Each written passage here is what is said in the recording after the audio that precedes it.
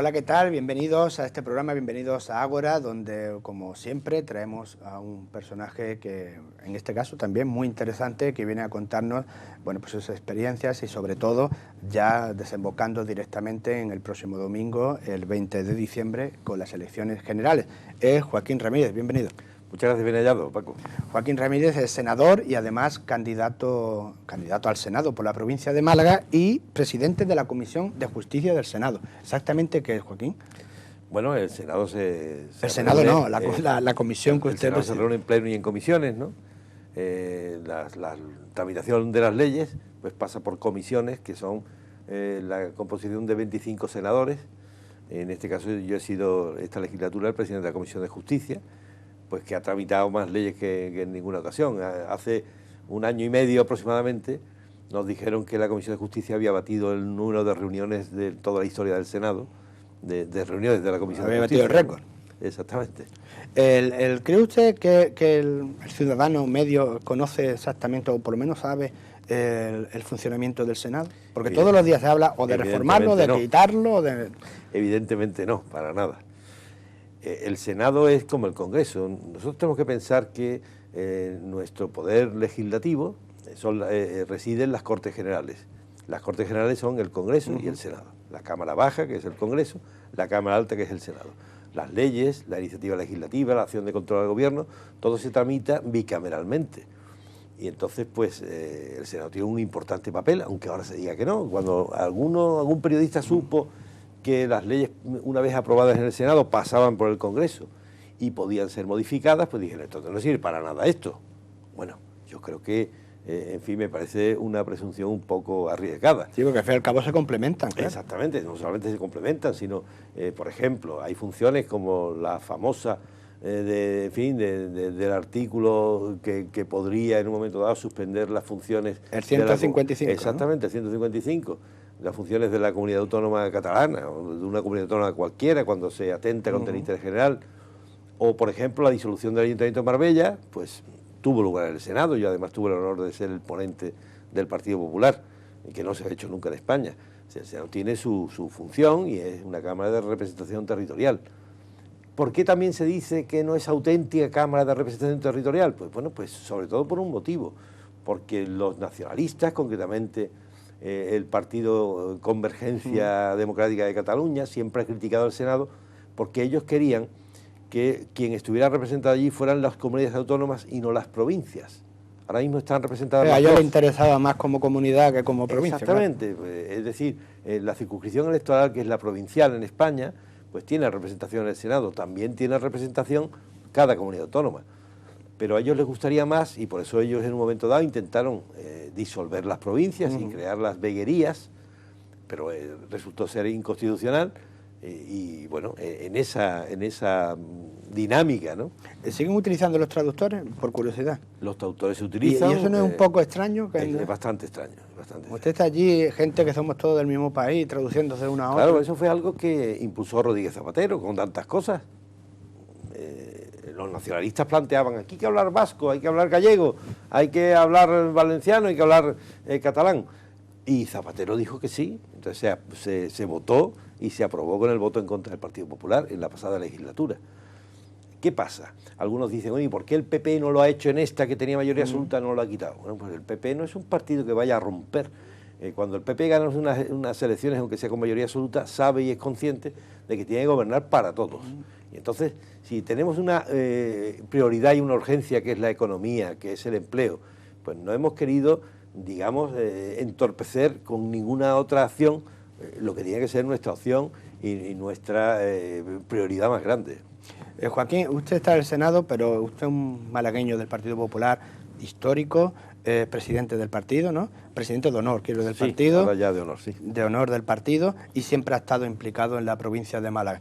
¿Cómo se ven esos problemas? No voy a decir desde la lejanía, pero sí desde otra perspectiva que le aleje un poco más de lo que es el día a día aquí.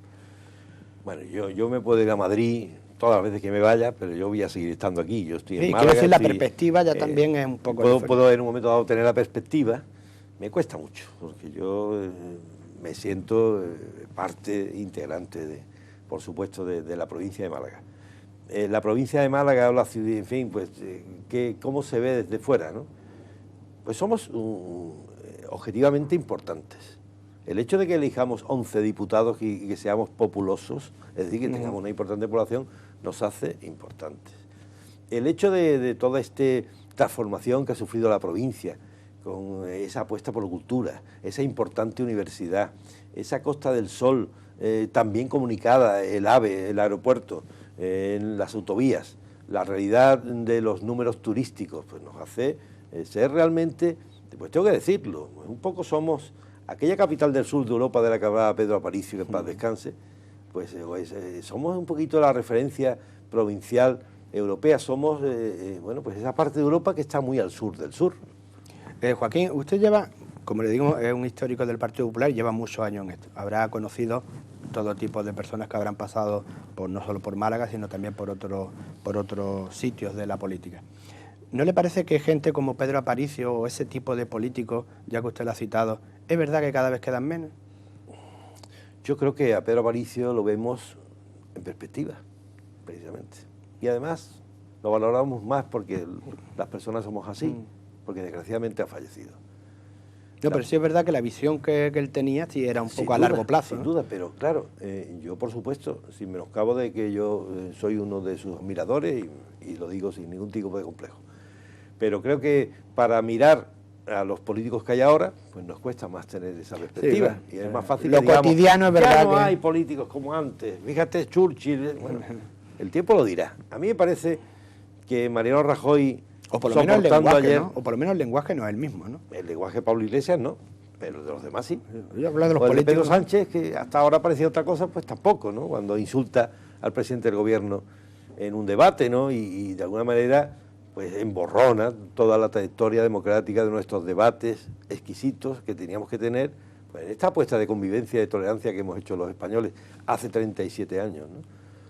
Pero a mí me parece que un personaje como Mariano Rajoy, que supo soportar ayer la agresión nefanda, lamentable de ese muchacho repugnante, asqueroso, que le pegó, pues me parece que tiene una gran altura. Ese Mariano Rajoy, presidente del gobierno, que soporta las provocaciones de un Artur Mas absolutamente irresponsable, que quiere romper la unidad de España y que no se entera de que Cataluña es nuestra, como lo es Pontevedra o como lo es Roncesvalles, él no lo sabe. O la Sarquía. O lo es la Sarquía, sin duda ninguna, esa ya es que la da por hecho. Bien, pues y soportar con estoicismo y sin embargo haciendo y cumpliendo su deber y rescatando las cuentas de los catalanes cuando ha hecho falta, me parece que es un grande de la política. Pero claro, tenemos que esperar a que pase el tiempo, a que cojamos esa perspectiva y valoraremos pues a los personajes que han sido contemporáneos con nosotros y que tanta altura han tenido. No voy a decir concretamente el gobierno, pero sí es cierto que el Partido Popular en general sí tiene un gran problema de comunicación, eso no me lo puede negar. Porque que a esta altura todavía estemos discutiendo si hubo rescate o no. Bueno, rescate no ha habido. O sea que... Yo tuve aquí a un amigo común nuestro, como es Manolo Gutiérrez, sí. Y él aquí explicó unas cuentas del ayuntamiento que yo no había escuchado en ningún sitio. Quiero decir, quizás porque no tiene tiempo para explicarla en más profundidad, quizás porque el día a día las ruedas de prensa son datos concretos y tal. Es que hay que confiar un poco más. Cuando Manolo Gutiérrez ha sido responsable de Hacienda y ha hecho tan buenísima labor y ha explicado lo que tenía que explicar, ¿qué pasa? Que tenía que contarnos ya lo último de lo último. Hay que confiar. Si las cuentas funcionaban, si el ayuntamiento iba fenomenal, si la cantidad de dinero extrajudicial que estaba en la calle y que no se había pagado estaba haciendo frente a ello, pues me parece que eso se defiende por sí mismo. No obstante, yo no voy a defender que tengamos buena comunicación, porque fue el propio Mariano Rajoy en el que el programa de Bertín Osborne el otro día reconoció que los 2 primeros años no se comunicó, que estaba tan agobiado por la amenaza del rescate, estaba tan agobiado por la situación económica que tenía, el desempleo, 3.450.000 empleos que había perdido, se habían perdido en la época de Rodríguez Zapatero. Pues estaba tan preocupado por todo eso que no se comunicó. Pero es fácil decir, bueno, y haz esto, y tenías que haber hecho más política, y no sé qué. Y como dijo Felipe González también, que hoy estoy citando muchos socialistas, y 2 huevos duros, Joaquín, porque usted ya estaba en el Senado cuando llega Rajoy al poder, ¿no? Sí, yo estaba en el Senado, sí. Cuando llega el Partido Popular al poder en España, y ustedes habían ahí hecho un programa electoral y tal, que al final pues no se pudo cumplir en gran parte, precisamente porque lo que alegan no se pudo cumplir al principio. Lo que alegan es que se habían encontrado una cosa que no se esperaba. De verdad que estaba tan mal la cosa. Vamos a ver, era muy fácil. Las cuentas oficiales del gobierno de España, con Rodríguez Zapatero al frente, eran que teníamos un déficit del 6%. Esas cuentas fueron presentadas en Europa y, por supuesto, fueron las cuentas que se les entregaron al nuevo gobierno que presidía Mariano Rajoy. En pocos días, Mariano Rajoy, su equipo de Hacienda y de Economía, pudo comprobar que no era el 6%, sino que era el 9%. Y Europa también pudo comprobar lo mismo. Había habido un engaño, y había habido 30.000 millones, igual que Manolo Gutiérrez encontró mucho dinero en los cajones. No, dinero en los cajones no. Dinero no. Dinero por pagar. Facturas en los cajones sin pagar. Pues aquí lo que pasa es que la factura era tan grande que eran 30.000 millones de... O sea, 30.000 millones de euros. Una barbaridad. Cuando ustedes, claro, porque le digo, usted le pilla allí ya en el Senado, conoce el día a día de todos sus compañeros del Partido Popular cuando llegan al gobierno, ¿qué le comentan? ¿Qué dicen? ¿Qué habláis entre vosotros? Bueno, pues... En ese momento concreto en que había que actuar, claro. Todos estamos muy preocupados porque sabemos ya que las cosas son mucho más graves de lo que creíamos. Que la situación era grave, pero que no, era mucho más grave. Y además empezamos a leer informes de gurús económicos que nos dicen el rescate es inevitable. Conviene que se haga el rescate. Todos los días, además. ¿De qué estábamos hablando? Porque el rescate, ¿qué es lo que es? Tú tienes una deuda muy grande, o sea, tienes un déficit estructural grandísimo, te van a prestar el dinero, pero te van a poner unas condiciones, como cualquiera que te preste el dinero. Oye, yo te voy a prestar para tu negocio, pero tienes que hacer esto y esto y esto, porque si no, no me vas a pagar. Así que tienes que cumplir estos requisitos. Claro, los requisitos que nos iban a poner eran incumplibles por nuestra parte. Significaba bajar el 20, el 25% todas las pensiones, significaba despedir a más del 25% de los funcionarios públicos de España. En fin, yo creo que empezando por ahí... ¿Usted cree que los españoles son conscientes de lo que hubiera significado? Creo que no somos conscientes. ¿Un rescate de verdad de la Unión Europea? No somos conscientes. Yo creo que eso, como no llegó, pues bueno, solo algunos se preocuparon y otros dijeron, esto es un rollo que cuentan, pero esa es la realidad. Y por eso era el empeño de Mariano Rajoy contra todo y contra todos diciendo, no vamos a acudir al rescate. Al principio nadie le creía. Al final tuvieron que creerle. Había un montón de gurús que decían que no, que había que ir al rescate. Gurús, un montón. Y de partidos nuevos, de estos nuevos partidos que se presentan, que venían diciendo, bueno, el rescate sí o sí, además que es bueno el rescate, algún del PSOE también decía, al rescate. Pero el rescate era... El rescate íbamos a tardar en levantarnos de aquí 50 años. Es que el volumen de España es tan enorme que un rescate hubiera supuesto una reducción absoluta de todo, prácticamente. El empobrecimiento del que ahora se quejan, y nos quejamos todos y decimos, es que se ha producido una devaluación del salario. Bueno, eso es opinable, pero eso no es nada para como lo que nos habríamos enfrentado. Ya no era una devaluación del salario porque el salario no subía, porque no sé, no, es que directamente que a tu madre le quiten de la pensión de jubilación o de viudedad el 20% y que a los funcionarios que han sacado su oposición y que todas esas familias que dependen, que despidamos un 25% de funcionarios, bueno, esto habría sido... el desempleo no se habría pagado, o sea, sencillamente el desempleo, pues supongo que las condiciones habrían dicho, se le paga desempleo, no sé, a la gente que haya estado 30 años en una empresa y además durante 3 meses nada más. Sí, algo así. Y los demás nadie con derecho a desempleo, o sea, esto habría sido, las pensiones no contributivas habrían sido suprimidas del tirón, ¿cuánta gente vive de esas pensiones? Esas retribuciones de 426 euros para parar de larga duración, bueno, eso ni hablamos, eso es imposible. O sea, habríamos tenido, pues bueno, pensemos en Portugal, que es un país que yo adoro, que es un país hermano, que es un país fantástico, que está ahí al lado, ese país que se parece mucho a España, pero que uno cuando pasea por sus calles ve un edificio antiguo, precioso, negro.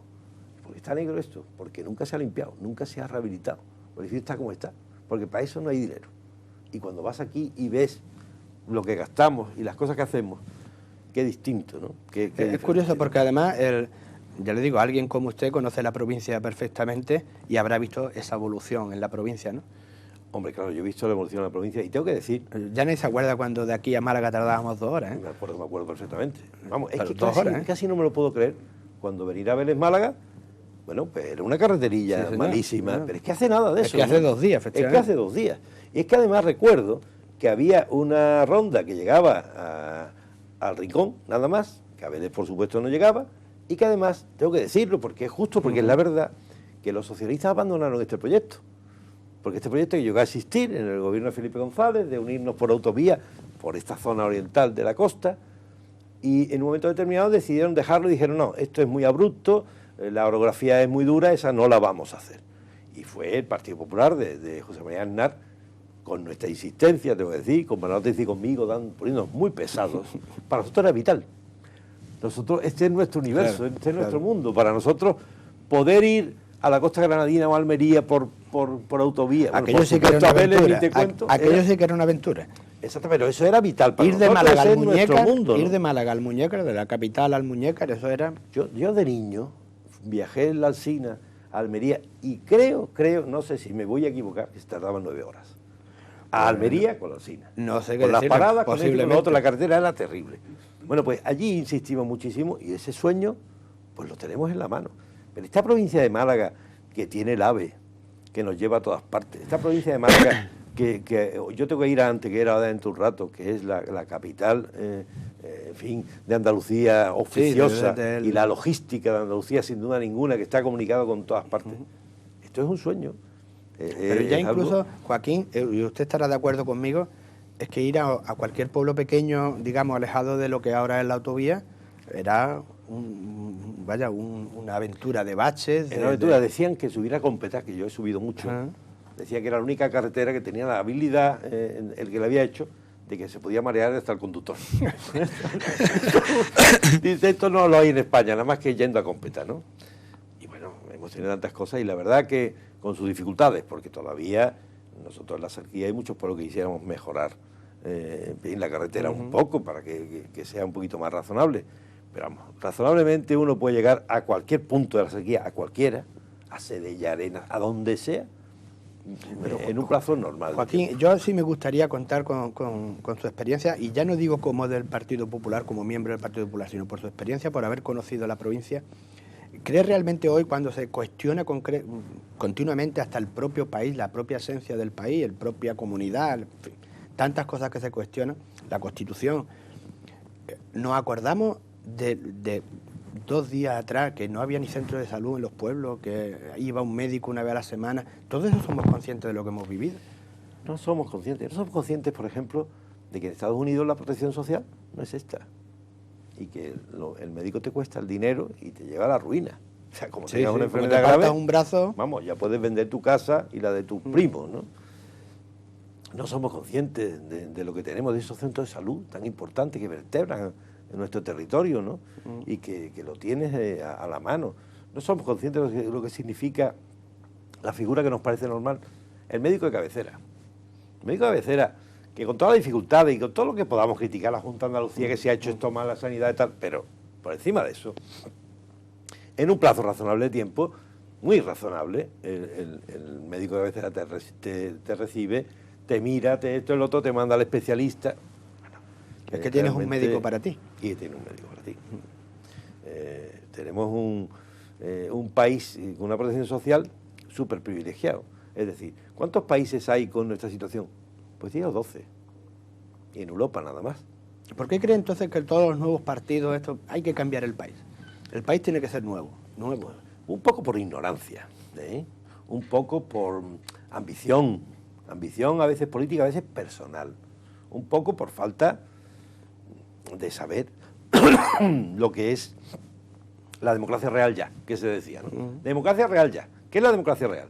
La asamblea de 400. Ustedes que somos 47 millones. Ustedes están ahí muy apretados y son 400. Y han debatido, se han liado voces y han votado. ¿Y qué? A mí no me representan. Somos 47 millones. La democracia directa esa de la asamblea no es posible. Por eso nos organizamos a través de urnas, a través de, en fin, de parlamentos. Así es como hay que organizarse para que todas las voces tengan su representación. Es decir, la bulla esa no representa más que a esa propia bulla. Ese es el error de concepto que tiene. Después la Constitución, a mí me hace gracia cuando dicen, es que la gente de hoy día pues no ha votado la Constitución. Pues claro, no hay nadie vivo que haya votado la Constitución de Estados Unidos. Nadie. Porque es una Constitución de 1780 y tanto. Y si hubiera alguien vivo sería para asustarte. Sería para asustarse, desde luego. Pero nosotros tenemos una Constitución que es un ejemplo, que viene del consenso, y cualquier cambio que queramos hacer tiene que obtener ese consenso. Y si ahora unos quieren recentralizar y otros quieren federalizar, que por cierto eso nadie sabe lo que es, el Estado federal, no lo sabe nadie, el PSOE menos. En el Yo PSOE, particularmente no. Porque no hay un solo papel que se pueda buscar. En Internet que está todo, en Google, de federalización no hay nada. No sabemos si La Rioja sería Estado federal, o Murcia, o Cartagena también. No lo sabemos. No saben nada porque no tiene ningún sentido. Pues bueno, ahora que unos quieren tirar para un lado, otros para otro, ¿dónde está el consenso? ¿Cómo eso de la reforma constitucional? Vamos a reformar esto y vamos a blindar el derecho al trabajo. ¿Pero eso para qué sirve? Pues esto es una ley. No hace falta reformar la Constitución. Y además las leyes no te garantizan la economía. La economía hay que buscarla día a día. Yo voy a repartir el qué. Busque usted el qué y después decimos cómo. Bueno, hay un ejemplo que es cuando Pablo Iglesias promete la renta universal de 600 euros a todo el mundo. En el momento en que le preguntan cómo lo va a pagar, ya se acabó el debate, ¿no? Es que esa pregunta es muy indiscreta. Nadie debía haberle preguntado eso, porque eso ya era imposible, ¿no? Pues claro, por eso son propuestas al aire. Yo le llamo a eso, yo cuando veo algunas propuestas de Ciudadanos, que es un partido que conozco mucha gente y me cae muy bien, pero leía yo un artículo el otro día de Ana Barreales en El Sur, que decía que era un partido muy cookie, sí, convencido que son muy cookies, y que prometen obviedades estupendas. Ahora, ¿cómo? Es que es curioso, porque a la hora de... Yo entiendo, porque llevo también mucho tiempo en eso, que a la hora de proponer o de hacer propuestas en el programa electoral o incluso en mítines, en televisiones y tal, es verdad que muchas veces se calienta la boca a los políticos y empiezan a prometer. Pero también es verdad que una vez el propio ciudadano, yo creo que adquirió la madurez para saber lo que se podía y lo que no se podía. Pero yo creo que hemos roto esa barrera, ¿no? Esa tendencia, ¿eh? Bueno, estamos en una fase en que quizás la hemos roto, estamos en una fase en que quizás, pues ante la falta de credibilidad que podría tener alguna propuesta, pues entonces está el aderezo ese de vamos a cambiar la Constitución entera, vamos a cambiar el país, lo vamos a cambiar todo. Y con eso pues parece que ya tenemos el informe económico. O a veces, cuando ya se nos prometen cosas que dicen, no, esto cómo va a ser posible, vamos a aumentar esto, vamos a aumentar lo otro, el salario mínimo lo vamos a aumentar, vamos a darle un complemento a cada español que no llegue a tal situación, no sé qué, no sé cuánto. Y dicen, ¿eso cómo? Y te dicen, el fraude, vamos a perseguir el fraude. Me decía a mí uno de Podemos ayer, me daba datos y me decía, aquí en España hay un fraude de no sé cuántos mil millones. Digo, ¿y eso quién lo sabe? Eso es un informe de una ONG. Digo, ¿y quién se fía de ese informe? El fraude, con una agencia tributaria como la que tenemos, no se sabe dónde está, porque la agencia tributaria lo persigue felizmente y además Y además no todo tiene que ser fraude, a veces no pagas, a veces ya te lo pagaré, en fin. Todo, no claro. todo es... O sea que no es tan fácil. O cuando se dice, le vamos a poner un impuesto mayor a las grandes fortunas. Bien, yo veo perfecto que los que tienen más paguen más, por supuesto que sí.